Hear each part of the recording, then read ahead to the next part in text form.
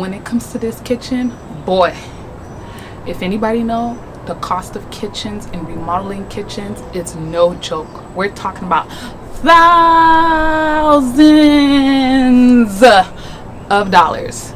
So to reduce the cost as much as possible, I mean like drastically much lower than what I would have normally paid for a brand new kitchen, we had to do some DIY, guys. We had to get our hands dirty. We had to start getting creative. Well, when I say we, we have to get creative and save some money by doing some DIY projects, finding smart ways to save money when it comes to home decor, but yet making sure that we are not blowing our wallets. I like to save money, but I still want to get my cake and eat it too. So if I want a beautiful home, I want the lux, the beauty, and the comfort of a cozy home, but I want to do it on a budget.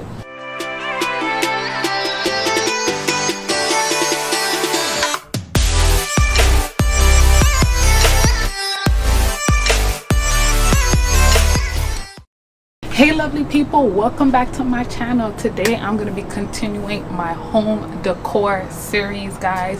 And if you've been on my channel for a while, I started this home decor series. It's been well over a year now, and I still haven't gotten to every part of the house yet, but we're slowly making progress. We already did the balcony makeover, we did the living room makeover, dining room makeover, and now today we are starting the first part of the kitchen makeover. There's so many things I did along the way to keep the cost down, and guys, this video is going to be so long if I put all of it in one video. That's why I have to break the videos up into several different videos. If you want to follow the breakdown of how I start to remodel my kitchen on a serious budget, you should definitely subscribe and hit the notification bell so that way you'll be notified when the next time I upload a video. And I know every time I do a home decor video, someone always asks me, where did I get this? How did I do this? How did I do that? So that's the reason why I'm breaking down this video, so that way you can see exactly what I did to the best of my ability along the way. But today's video, I'm just simply going to be showing you what the space look like so you have an idea, and then I'm going to be showing you the demolishing process. That's the first step of remodeling a kitchen, is deciding, do you need to take down the wall? Do you need to move appliances around? And that was the decision we had to make. You're gonna see the kitchen was outdated, the floors were outdated, the cabinets were outdated, everything was just outdated. And not only that, we had a big old closet smack dab that was taking up space in the kitchen that could have made the kitchen a whole lot bigger. So we decided to break that wall closet down to make for a more open floor plan. The closet where it was placed was not going to work for our needs. So the wall that separates the kitchen, the stove was on that wall, and there was also kitchen cabinets on that wall as well. So because of that, we had to make another decision to decide whether we are going to just keep the stove where it's at and then just have the wall removed, and we'll just have like the stove in as part of the island or something like that, or move it to the opposite side.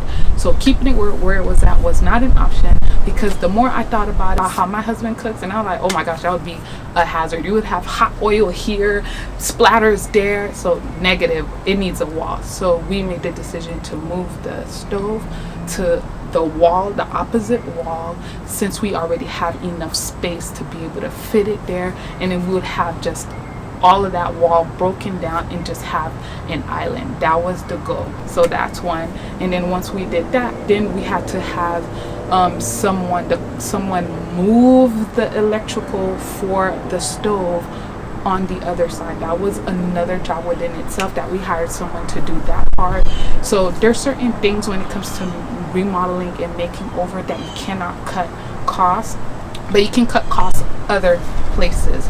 But definitely we could not cut the cost on that. We left the demolishing for someone else because we were afraid that if we burst a pipe or something like that, that it could lead to chaos. Now, if you're in a standalone home, take the risk. I would. But if you're living in a condo, do not take the risk of trying to demolish walls on your own, because you don't know if it's load bearing, you don't know if there's electrical in the back, you don't know if it's just so many unknowns. And if a pipe bursts out and then it leaks out to other floors, nightmare. We don't want that. So in that case, it was just safer and smarter to spend the extra money to hire someone to do that job. And good thing we did, because they did a really good job at demolishing the wall and moving the electrical to the opposite side. So you can imagine, once we started moving the kitchen, how chaotic the house looked. It's just, the place just looked so crazy. So one thing I can say, that if you're doing a remodel, I would suggest that if you have an option to stay with the parent or a family member temporarily while you're doing a remodel, definitely do that, or designate a specific part in your house where it's a construction-free zone. We were still in the moving process when we bought our condo, and we just wanted to make sure. But luckily for us, we had, you know, the option to be able to stay somewhere else temporarily. We waited for some construction work to be done, because with all the dust and everything, it could be a nightmare and almost unlivable if you're living in a small space. Really quickly, guys, I just want to do a quick shout out to all of my new subscribers and all of my old subscribers. We have finally reached 4,300 subscribers. I know, guys, like, no words. Thank you so much is all I can say. Thank you for all those who liked, who comment, who share. I really appreciate all the love and all the support, and we're going to continue to grow together. And if you are not already a subscriber, why not? What are you waiting for, girl? Let's do this. If you're looking to see home decors, DIYs, clean with me, minimalism, you might as well subscribe. The red button down at the bottom is all you have to click, and make sure you hit the bell, because when you hit the bell, it'll let you be notified when the next time I upload a video. But guys, again, thank you so much for subscribing, and let's continue to grow, and let's continue to save money, continue to keep our homes beautiful, and keep our minds right. With that said, let's get into the video. The thing about when you're remodeling a home, one thing always leads to another. You could never just have one strategy and it goes as planned. There's always something that's gonna build on top of that, or you have to add something later, and that's exactly what happened to us. Started off with saying, okay, we're just going to remove the carpet and then putting new flooring, and then, you know, we'll do other little renovations along the way as the years come by. But then when we started calculating and speaking to people who were going to be working on our home, we quickly realized that there's no way that we can remove the flooring in one part of the house and not do it in another part of the house. And that prompted for us to start removing all the flooring throughout the house, including the kitchen, because the kitchen flooring was the most hideous ever. But then we slowly realized, well, if we remove the carpet and then we put in new flooring, but we keep this hideous ceiling, and guys, we had this ugly popcorn ceiling. I mean, when you walk into the door, it felt like icicles coming down.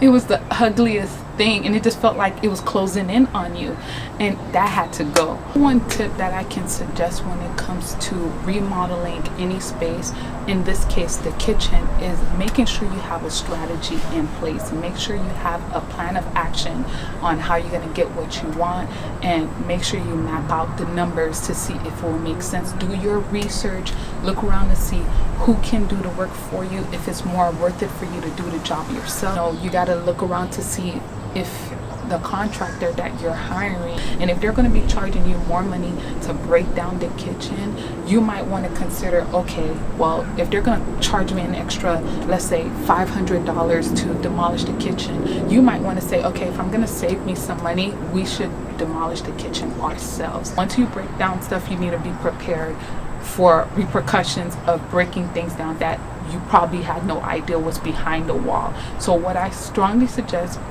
is weighing your pros and cons of doing the demolish work yourself. If that wall is actually part of keeping the structure of your home intact, you may not be able to break that down, and you might actually make the foundation weak if you try to break that wall down.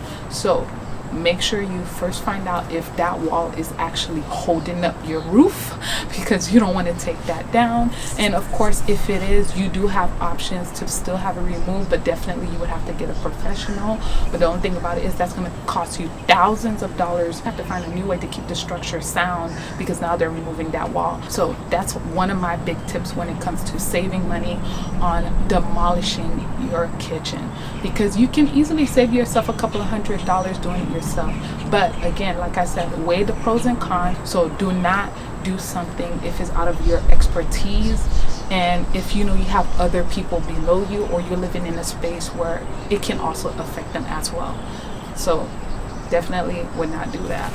Consider functionality before you spend your hard-earned money.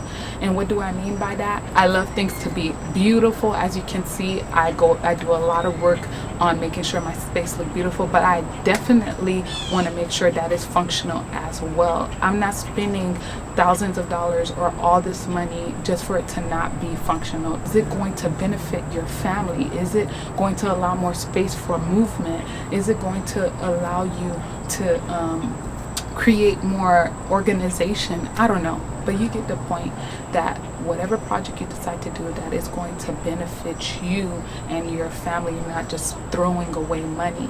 We decided to remove our wall because it was useless. That closet, you would say, well, the closet, it's a closet, it's functional, it serves a purpose. But then when we weighed the pros of actually taking down the closet to make more room for open space and more movement and more lighting to come in, that outweighed the functionality of the closet. So again, you got to think about it. What purpose will it serve? Will it be more important to keep the closet and have more space to store, because you might have a huge family and need a lot of storage? I'm not trying to store anything. We're not trying to store stuff. We're trying to keep what we need and eliminate what we don't need. So we don't need more storage. More storage just means more room to save up more clutter. So no, we didn't need the closet. We definitely needed more space, because when people come over or we have parties, people have more room to move around, and we can have more space for more growth, if you know what I mean. Now at this point, I'm thinking, okay, you know, I'm gonna save my money and we're gonna just keep the same cabinets and we're going to just revamp them. That didn't happen that way. Even go into that right now, we'll save that for another video. But today, at least you know that this is what the process started off with. The renovation has started. We broke down walls, we removed floors, and we just clearing out the space to start the process of putting in what we want to put in. Guys, you know I have to bring this kitchen to code, because what it was before was not to code.